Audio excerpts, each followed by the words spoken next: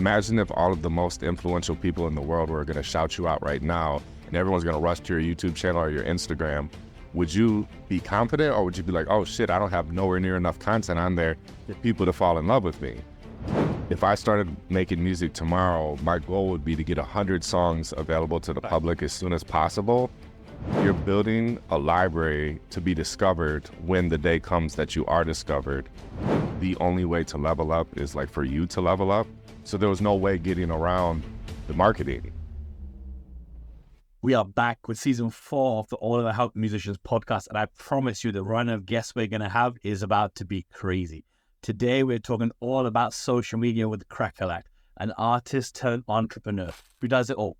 He's a rapper, a producer, he owns his own studio, a videographer, a social media maverick, an educator, and a consultant. And he's helped artists get to millions of views on their content by building their content pillars and unpacking their core values. And I'm hyped to get into it. But before we begin, I just want to ask you a favor. If you haven't yet subscribed to the All About Help Musician podcast, please do so now and support this channel. We're on a mission to become the best music marketing podcast in the world, and we can't do this without your support. So without any further ado, let's dive into this conversation. And you said this beautiful quote I want to read back to you. And you know what I'm going to say. You said, you need people's attention so you can create content with intention. I want to start there, and then I literally want to run through almost like a roadmap of like non-campaign content to warm-up content to pre-marketing to post-marketing to between content. That's kind of what I want to stay today. But like, talk to me about that phrase. Like, when you said it, do you mean what physical action are you trying to create with each post? Like, this is for comments, this is for likes, this is for views, or is it deeper than that? When you say content with intention, where are you coming from? Yeah, I mean, the beautiful thing is, if you ask a lot of people, you know, do you have a personal brand? Some people would be like, oh, no, I don't have a personal brand. It's like, no, you do have a personal brand. A personal brand is, what do people think about when they say your name? So to some people, if they hear Crackalack, they may think, oh, that's the guy I follow on Instagram and he does some motivational stuff sometimes. But then to the next person, you ask, you know, who is Crackalack? They're like, oh, that's the guy that has a studio in Lansing, right? So Crackalack is a different thing to different people. But what I mean by intention is I'm intentionally putting content out there that I want people to associate with me. So if I don't care about cooking or spaghetti, I would never sit down intentionally and talk about spaghetti. But I'm married, I have a daughter, and I'm intentional with that is going to be some of my content. Is it going to be 100% of my content and you're going to follow me? I'm the husband, dad. No, but I want to have it in there because if somebody's considering working with me on something or the next person, and the next person, they don't even show their face. We don't know what they're like. We don't know what their process is like. We don't know if they have any kids. We don't know if they're married. We don't know what type of person they are. But then it's like, if you're choosing between me, you can see my process, intention. I'm intentionally showing my process because I want people to experience what it's like to work with me without working with me. So then I think to myself, well, what parts of my life would I intentionally want people to see? I'm building this $1 million studio. Okay.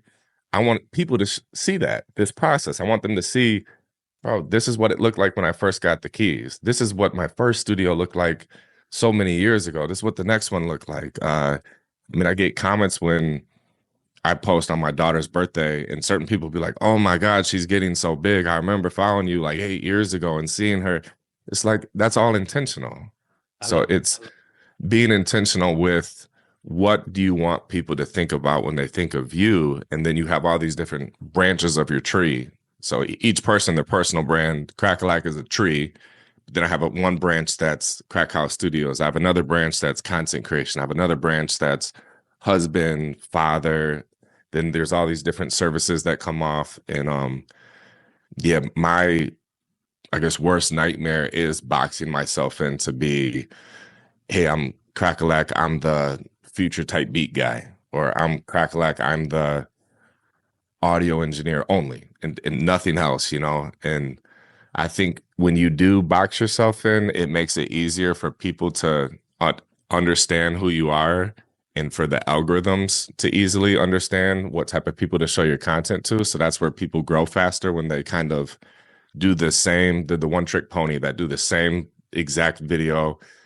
Like Connor Price, when he blew up with his music, and it was running in the room, what up? Hey, this, I have an idea, this, like he found something that worked, which is great. And then he did it, and it's awesome that he still sprinkled in some other stuff throughout it, so that way he can still do that. But I mean, I learned a lot of stuff from mistakes. One of the mistakes was when I started doing tutorials on music videos. I noticed I became the music video tutorial guy.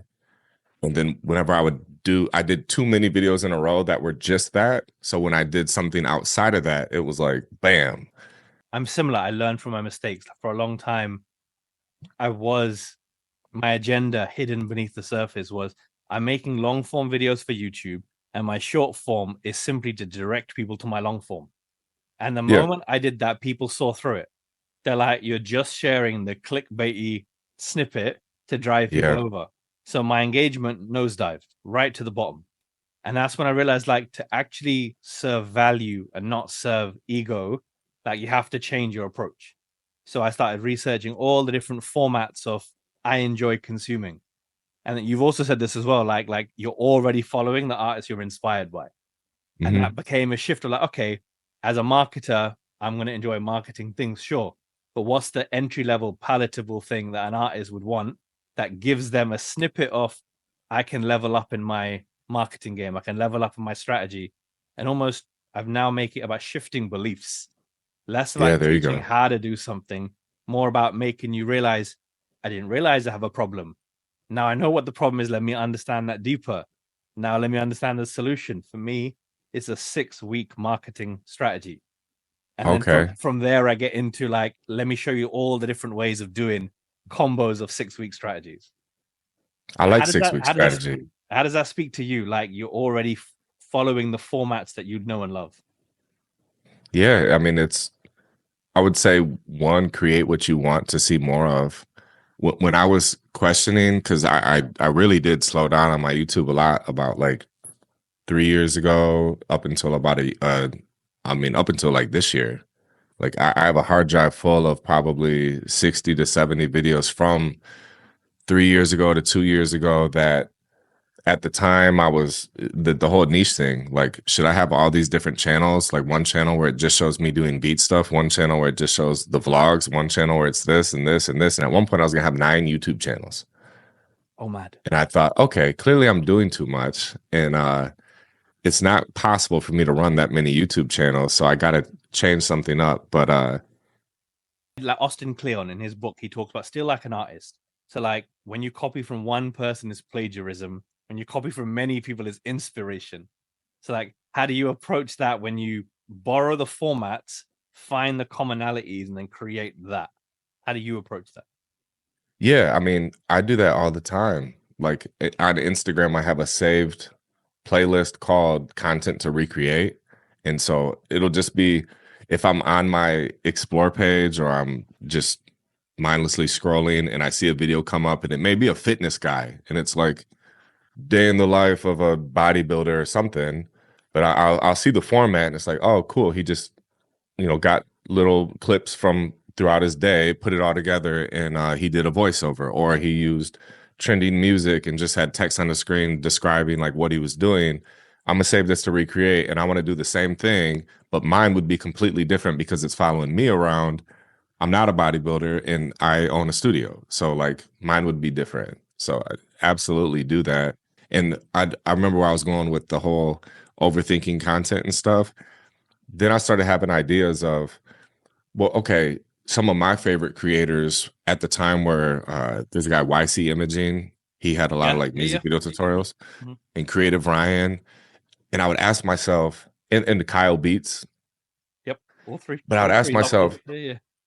if, and Adam Ivy too, but it was like, if Adam Ivy or Kyle Beats did a video on like, here's 3 strategies on how to grow on Instagram, I would be happy as hell to see that. So I was like, okay, well then I'm gonna still make that, And then it was man, it'd be cool if Kyle Beats did a realistic day in the life I'd watch that. So it's like, okay, well then I can do that too. But so I think that's one way to think of it is think about the people that you consume content from that maybe they're known for like one format or something.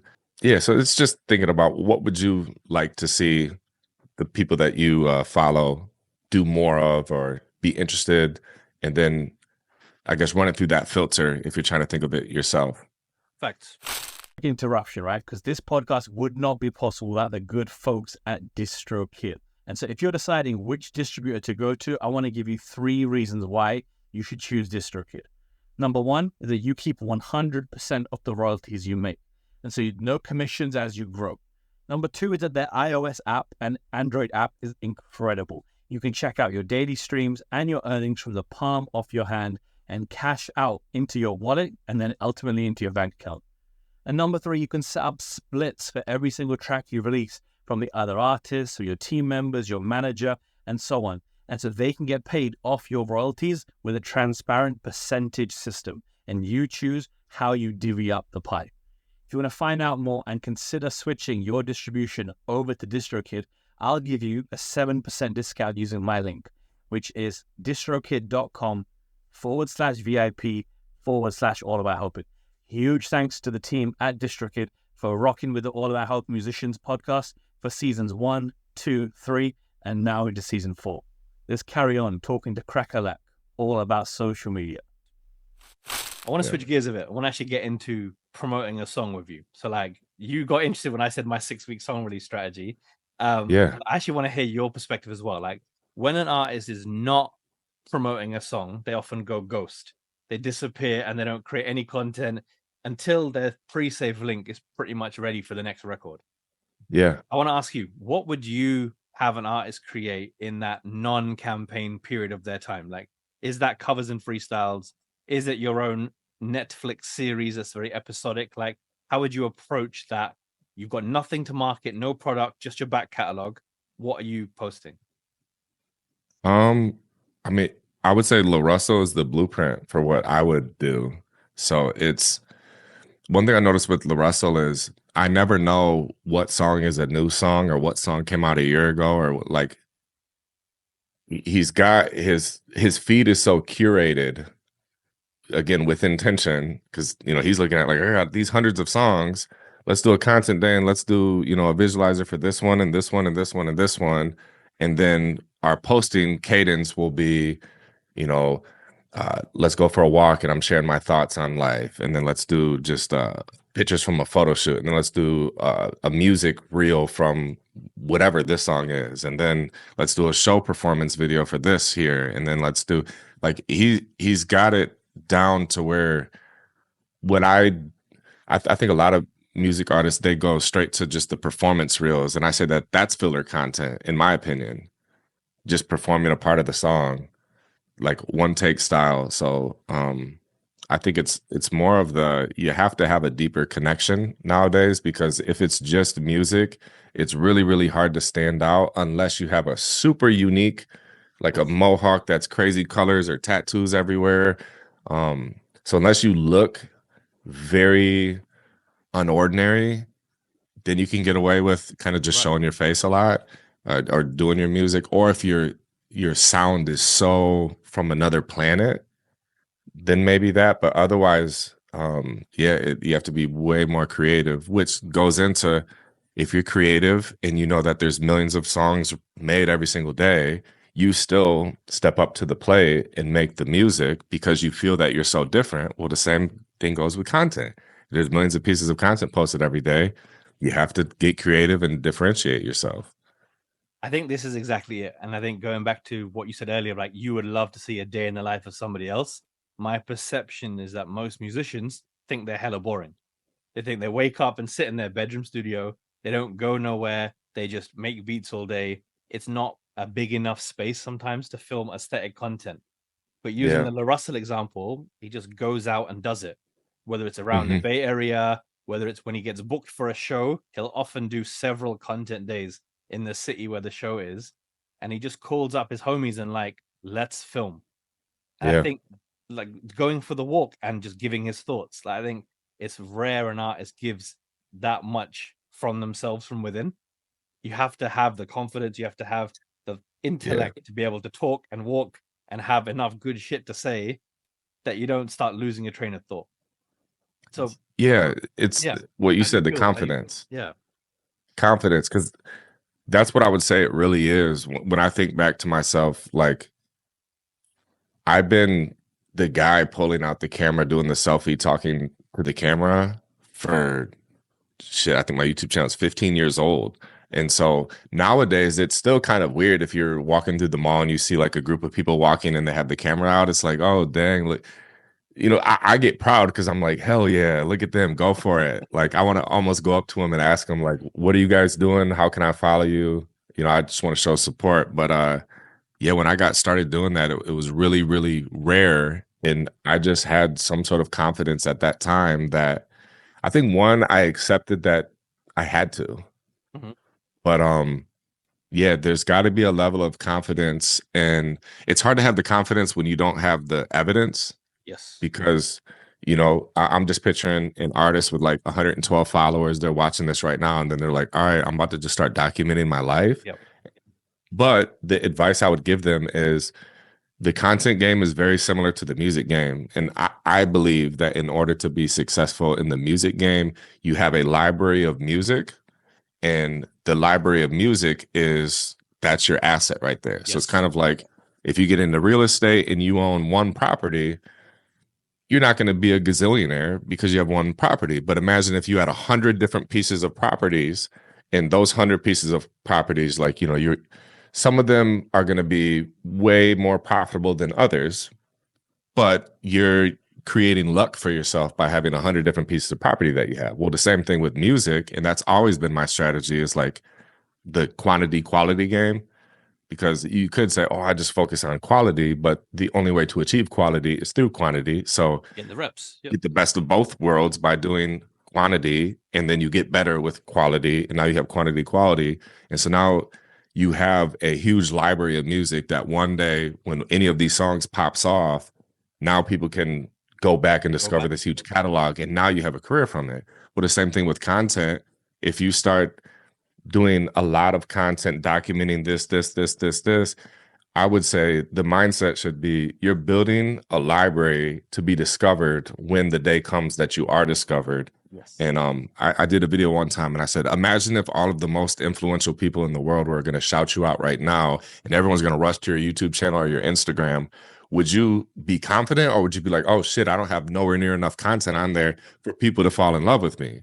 And most people's answer is going to be, oh shit, I'm not ready. Shit. Oh shit. You know, like I thought I was ready, but now that you put it that way, actually, no, I do need to start showing way more of my life. I need to put way more content out there. And it's like, exactly. So that's the mindset. I think, like you say, it's your old music is new music to somebody. So when they finally approach, like I often think of when Lewis Howes talked about the millionaire mindset. So he said, instead of waiting until you're a millionaire to wake up at 5 a.m. and do your ice bath and then do your meditation, do it now when you haven't got that, to build your systems and discipline for when it comes. And then the law of attraction will bring that to you. So I love what you're saying. Between your campaigns, is that you go back and push the back catalog. It takes confidence to do that, like to go back to an older record and make content about, do artists feel some kind of way? What will people think about me? Do I look like I'm just pushing this thing and ragging it too hard? Like, what's that mindset in your perspective? Like, how do the artists feel pushing that back catalog after every release? Will people get tired of it? I would say just removing your ego and thinking bigger. A lot of the people that think small like that, they're thinking like, my circle of friends and my, you know, they've already heard this. You know, this is old. It's like, bro, think bigger, man. Like the whole world, no one knows that you even exist, let alone this song.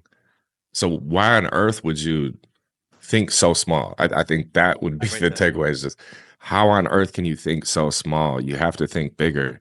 There's so many people that don't even know that you exist as a human.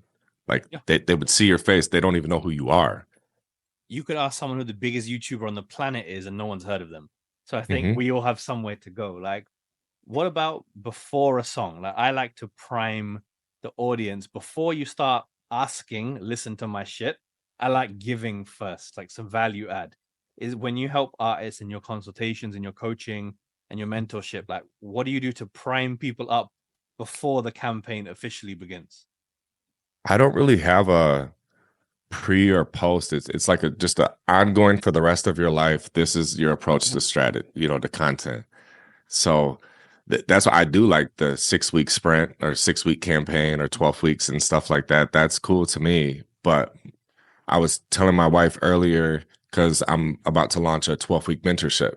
Mhm. And I was telling her, I'm not the 12th week you're going to blow up guy. I'm the guy that's going to say, I'm going to teach you a lot of principles to systemize and change your mindset and create systems so that way you can be successful for a long time. But my results are going to help you over the next like 12, 24, 36 months. You're not going to see a whole lot in the first 3 months because, I mean, that's the way it is. I mean, if somebody was like 500 pounds and their goal was to get to like 185, it's not going to happen in a 12-week thing. Yeah. It's going to be like, here's how I'm going to teach you how to track your food. I'm going to teach you how to approach a workout plan. I'm going to teach you all these different things that this stuff is going to stick with you well after the 12 weeks that, I'm no longer around. So it's like teaching them the principles to be successful for the future. So I think that the same thing with content. There's a girl, Katie Noel. She's like a country rap artist from Tennessee that I've worked with a lot. But with her strategy, she's got like 15 trucks or something. So trucks is a big part of her content. And, sometimes it's just a reel showing off her truck. Sometimes it's pictures of a truck.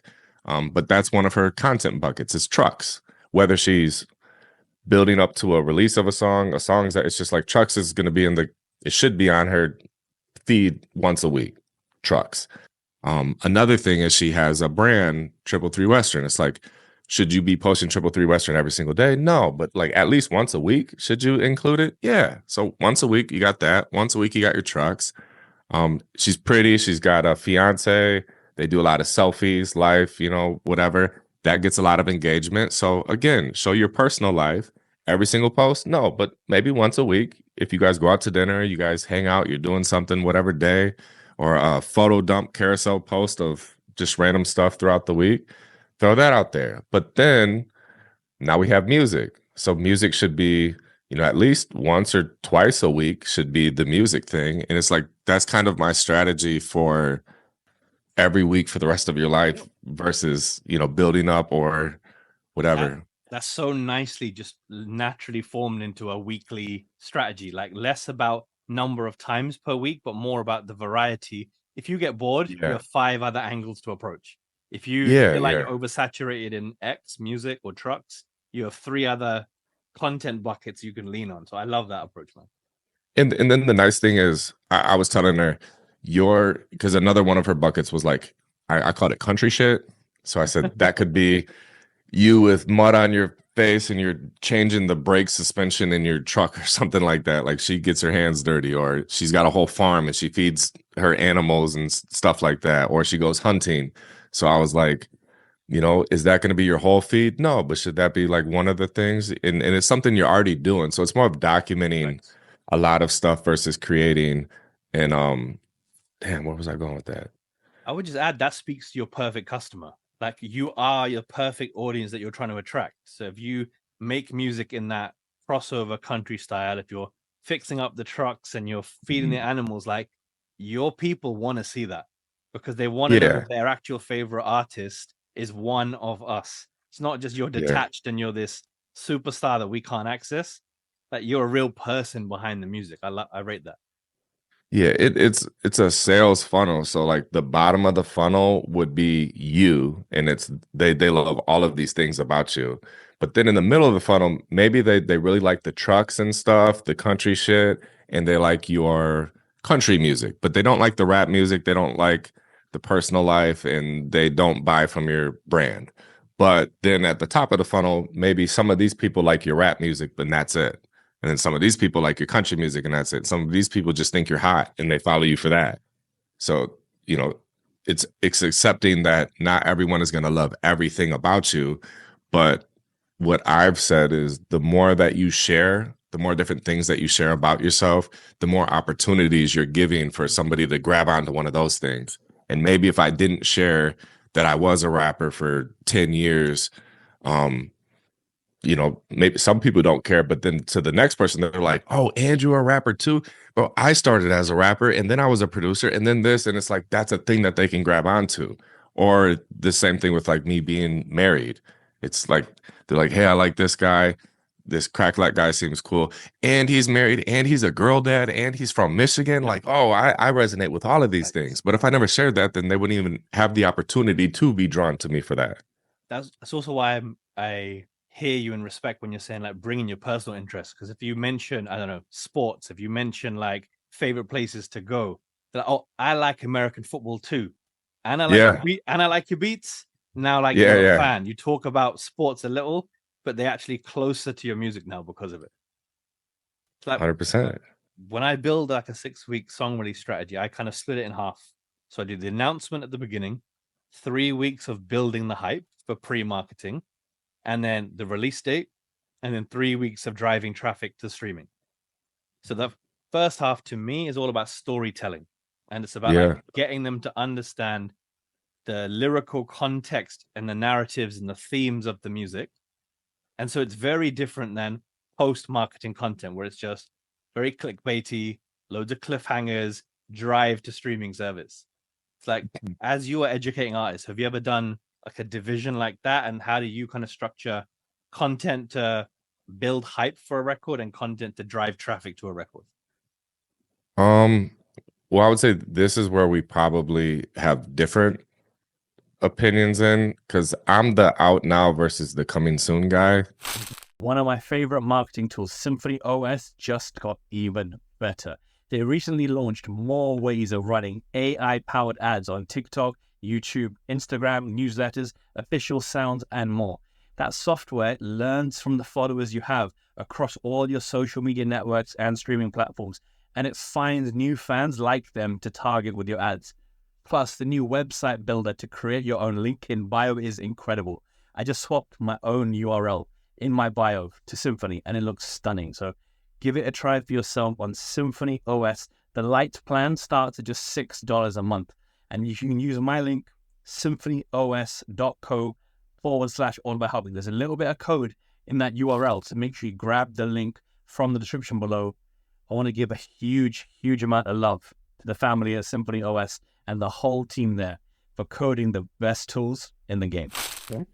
And I pay attention to my actual, I guess, consumption behavior is, you know, on Spotify, if you like a song, you can add it to liked, and now it's in your liked playlist. So out of my maybe like 60 or 70 songs on my liked playlist, there's probably like 15 that came from, I don't even have these guys' names memorized. It was just, I might have been on TikTok and a video came up and I'm like, oh, this shit's sweet. What's the person's name? What's the song? And then I go to Spotify and I look it up, right?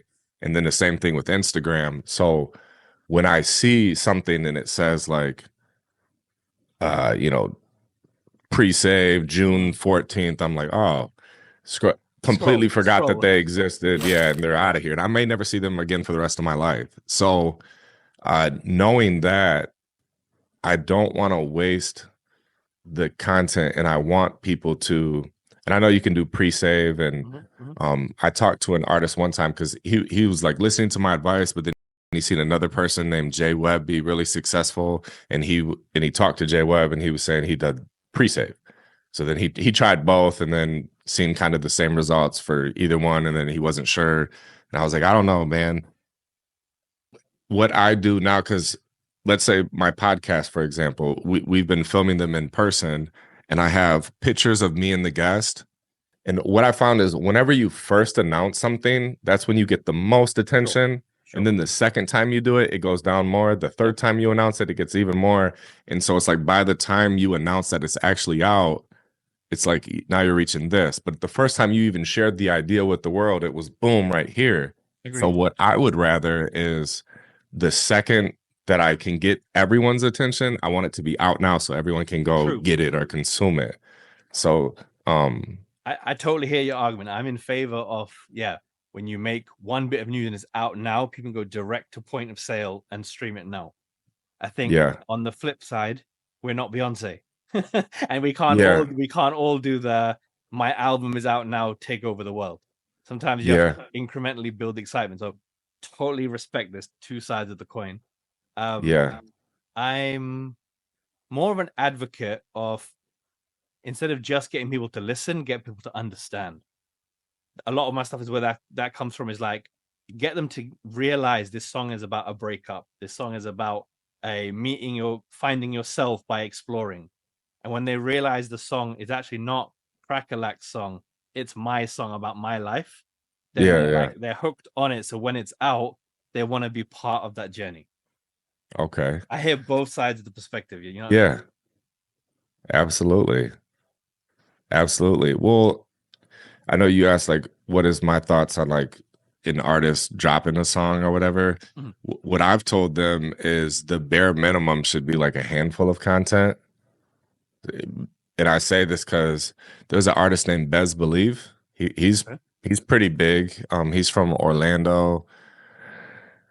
I don't know, maybe like TikTok is his biggest following, and he's got 1 or 2 million or something, and maybe 400,000 on Instagram, and I don't know what his Facebook is at. But he moved too fast. So I'd say he's an example of dropping way too often. So he would drop 2 songs a week with music videos, and it was only 1 post, and then he would keep it moving.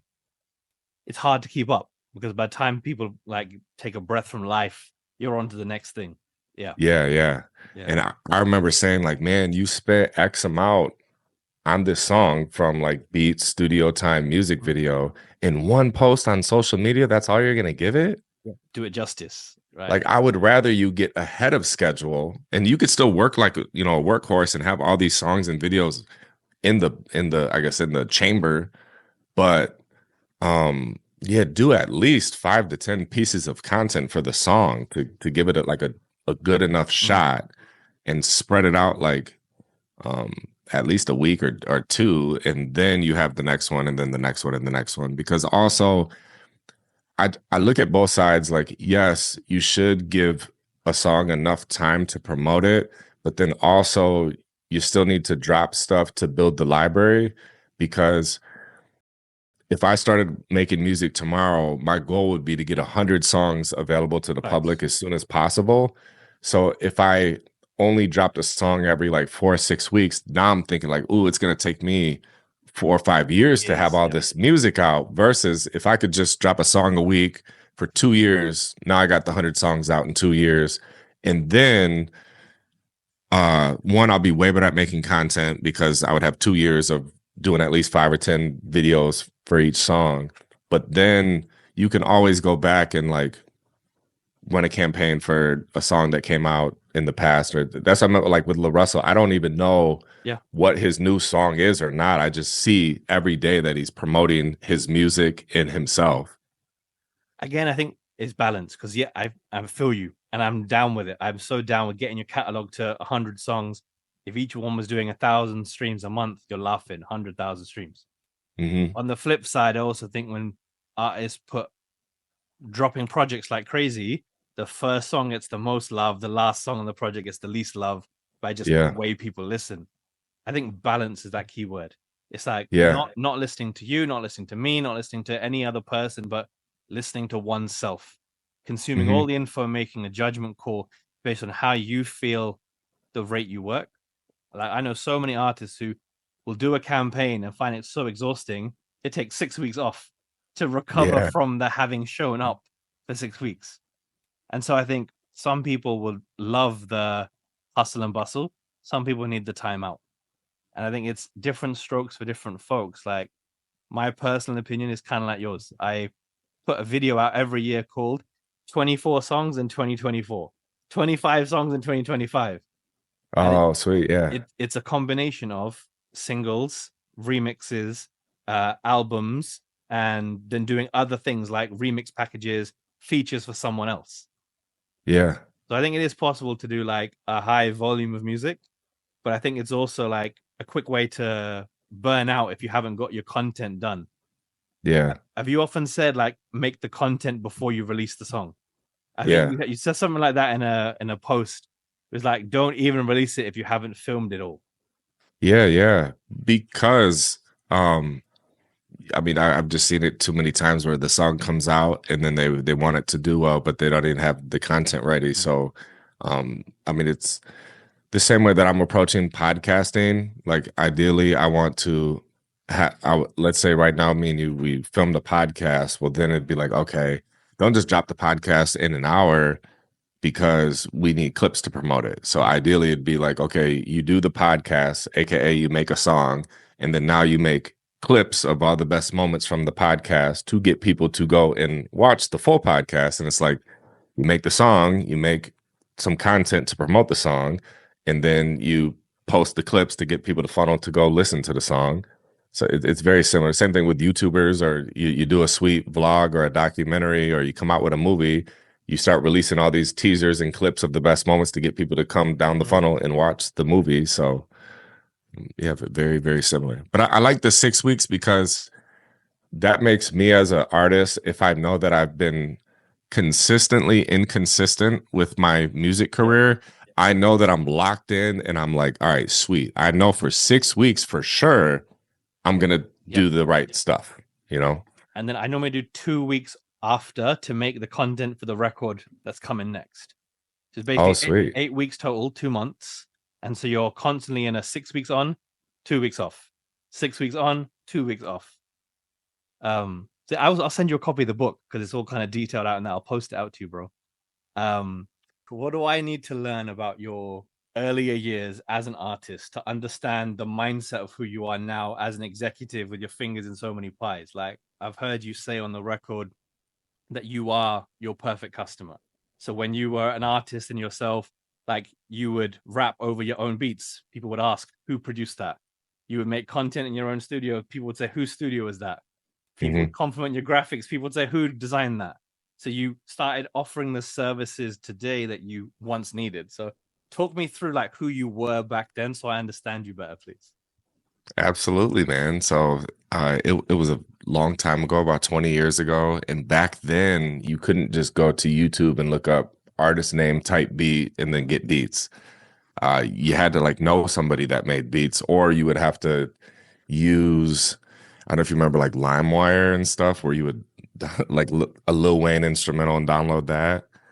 So it was either if you wanted to rap, you had to make the beat yourself, know somebody that made beats, or rap on like industry instrumentals. And so I was the friend out of the group that was interested in, I want to learn how to make beats. So I started making awful beats for a very long time and they slowly got better.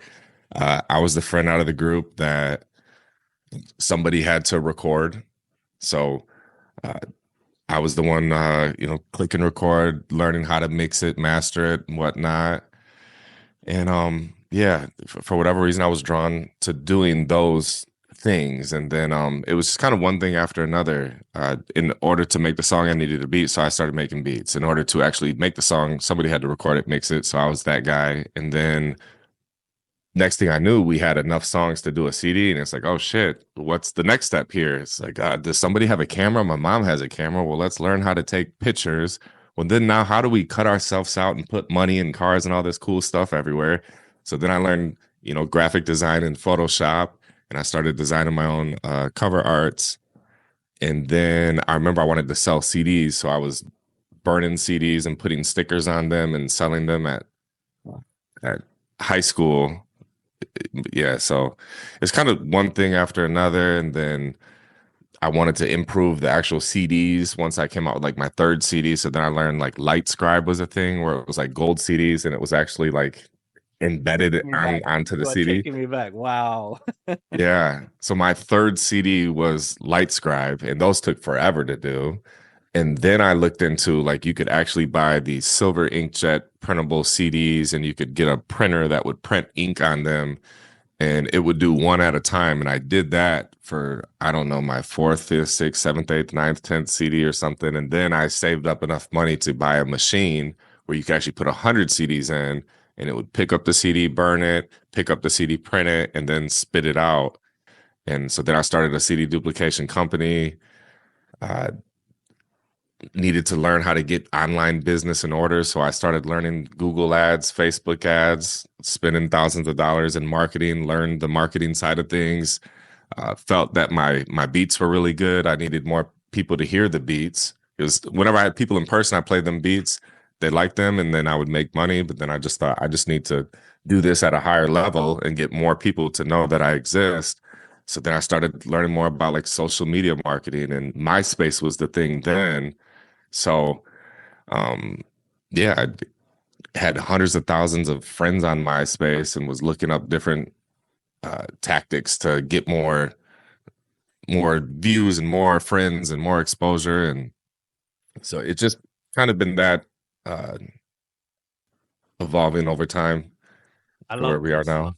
I love Yeah. this. It sounds like the hustle mindset never stopped. And so once you learn the next thing, you'd master that, and there was another level above that you wanted to reach. And it Yeah, sounds like it's a lot like video games. If Mhm. you think about it, like the first level, maybe it's a certain difficulty level, and that's like the skill set you have. It's like, okay, my skills are here, I'm on this level. And then once you beat that level, now you level up, and it's like, oh shit, this level is a lot harder. I got to get better. I got to learn some new skills. And then once you learn the skills, you like beat that level, and then you move up to the next level, and it's like, oh crap, now I got to learn videography and learn how to do video editing and learn social media marketing. So it's been one thing after another. And like still to this day, I was telling someone the other day, the same, I guess, thought or process of creating music, and then you enjoy the create, like I'm building this thing, I'm creating this thing. It still transfers, because now I'm doing more of the entrepreneur business owner stuff, but I'm creating a company. And so it's the same, like I'm creating these things and I'm seeing it come to life, and then I'm seeing customers come to the door, and I'm like, oh, that was an idea that I had for this new ad, and I ran the ad, and then people seen the ad, and now it's working and people are buying this new thing, versus like I created a beat and then people like the beat, then they want to hear it. Or I created a song and people like it and they want to hear it. It's like I'm creating, it's still all just creation. I think that's exactly my point as well. It's like when an artist will show resistance to doing everything else but the music, they think it takes them away from creativity, but actually it's just a Yeah, new style of creativity. It's there you creativity go. with That's bingo. camera, creativity with a video software, creativity with, styling a room, styling your clothes. It's not that the art is lost, it's that it's, like you said, a different skill set. Yeah. Some people want to learn it, some people don't. Did you ever encounter that? Like, was there a part of you that said, I just want to stick to rapping, just want to stick to producing, but you were open minded to it all? Like, how did you feel back then? Mm, yeah. As I got to like the higher levels, I mean, maybe more so in like the last 5 or 6 years, because I have people come to me and they may look at me as the music producer, and then I'll show them like, you do see that in my life, there's very, very, very little to do with actually making beats. Like everything I'm doing right now has nothing to do with hands on a keyboard or anything, but that's like what's required to get to the next level. And so I think I've seen that really, really clear a long time ago, that the only way to level up is like for you to level up. So there was no way getting around the marketing. And I think that's where I'm very different from a lot of the people that I would say I would classify them as like losing in their career, because they refuse to accept the changes. And I've always been just had to evolve. My wife, there was a vlog that I did maybe like 7 or 8 years ago, and I was telling her I just need more content, and she was filming behind the scenes. We're doing, it was like 3 rap music videos in a day, and I was telling her, hey, in my content, I don't want it just to show me holding the camera and I'm shooting videos, and then I just say, what's up? I'm doing a music video for artist name, song name in this city. Check it out. And then the rest is just me holding the camera. I was like, ask me some questions throughout it. And she threw out a question, and she said, what happens if you don't evolve? And what I thought of at that time was, if you don't evolve, you dissolve. I mean, it's just part of the game. Like, you have to stay relevant. Like, I was pissed when TikTok came out, because I was crushing it on Instagram. And then I'm like, wait, there's this new thing. Bro, I'm already trying to do my Facebook, my Instagram, my YouTube, TikTok. Trust me, guys, I get it. I don't want to spread myself out in all these things, but I was reluctant with TikTok. I was hearing that it was like a Chinese software or something, and it was maybe not going to be around for long. So I didn't participate. But then after like a year and seeing everyone, this person's life changed on TikTok, this person's life changed. And I was thinking, man, I'm already making the content. It's just a matter of also posting it there. Yep. So I just included it in my process. And then I started going on, TikTok. But yeah, no, it gets hard when I think anything that's difficult makes you not really want to do it. So I think they're good at making music, so it's fun to make music. And then if you ask them to do something that they don't know how to do, they're like, well, that's not fun. Why is it not fun? Because I don't know how to do it. But it's like you do see that all these other people that are being successful, they are doing it. And right now you have to look at your numbers and look at your life like you have to change. Nothing changes if nothing changes. So this is going to be something that you're going to learn. And how you're saying it's another outlet. Yeah. So making the music is one form of like expressing yourself and how you want to go about differentiating yourself from other people's music. But you do the same thing with content. It's like, okay, let's see what everyone else is doing with content. What's my unique way of doing content then? And so it's another way to stand out. This is exactly the conversation I want to have, bro, because I think like you're saying, the game is always going to evolve and the players will just jump to where the attention is and where it's hot. And you said this beautiful quote I want to read back to you. And I want to say, you said, you need people's attention so you can create content with intention. I want to start there. And then I literally want to run through almost like a roadmap of like non-campaign content to warm-up content to pre-marketing to post-marketing to between content. That's kind of what I want to stay today. But like, talk to me about that phrase. Like when you said it, do you mean what physical action are you trying to create with each post? Like this is for comments, this is for likes, this is for views, or is it deeper than that? When you say content with intention, where are you coming from? Yeah, I mean, the beautiful thing is if you ask a lot of people, do you have a personal brand? Some people would be like, oh, no, I don't have a personal brand. It's like, no, you do have a personal brand. A personal brand is, what do people think about when they say your name? So to some people, if they hear Crackalack, they may think, oh, that's the guy I follow on Instagram and he does some motivational stuff sometimes. Then to the next person, you ask, who is Crackalack? They're like, oh, that's the guy that has a studio in Lansing, right? So Crackalack is a different thing to different people. But what I mean by intention is I'm intentionally putting content out there that I want people to associate with me. So if I don't care about cooking or spaghetti, I would never sit down intentionally and talk about spaghetti. But I'm married, I have a daughter, and I'm intentional with that is going to be some of my content. Is it going to be 100% of my content and you're going to follow me? I'm the husband, dad. No, but I want to have it in there because if somebody's considering working with me on something or the next person, and the next person, they don't even show their face. We don't know what they're like. We don't know what their process is like. We don't know if they have any kids. We don't know if they're married. We don't know what type of person they are. But then it's like if you're choosing between me, you can see my process, intention. I'm intentionally showing my process because I want people to experience what it's like to work with me without working with me.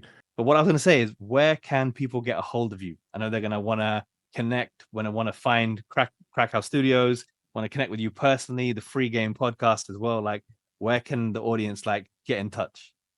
Yeah, I would say Instagram is probably the best place. So it's cracka_lack on Instagram. My studio is Crack House Studios on Instagram. And then my YouTube channel is Crackalack TV. My podcast will be out in the next week or maybe in the next day or so. But Free Game with Crack is the podcast. I'd love to have you as a guest on the Free Game with Crack podcast. But yeah, crackhousestudios.com, crackalack.com. Yeah, bro, I've loved this. Thank you deeply. I appreciate your perspective. I appreciate, we've been like seeing each other's lenses, but also like sharing our context, what works. And I rate that we can have this beautiful exchange of ideas, man. So thank you. Absolutely. There should be a lot of value in here for people.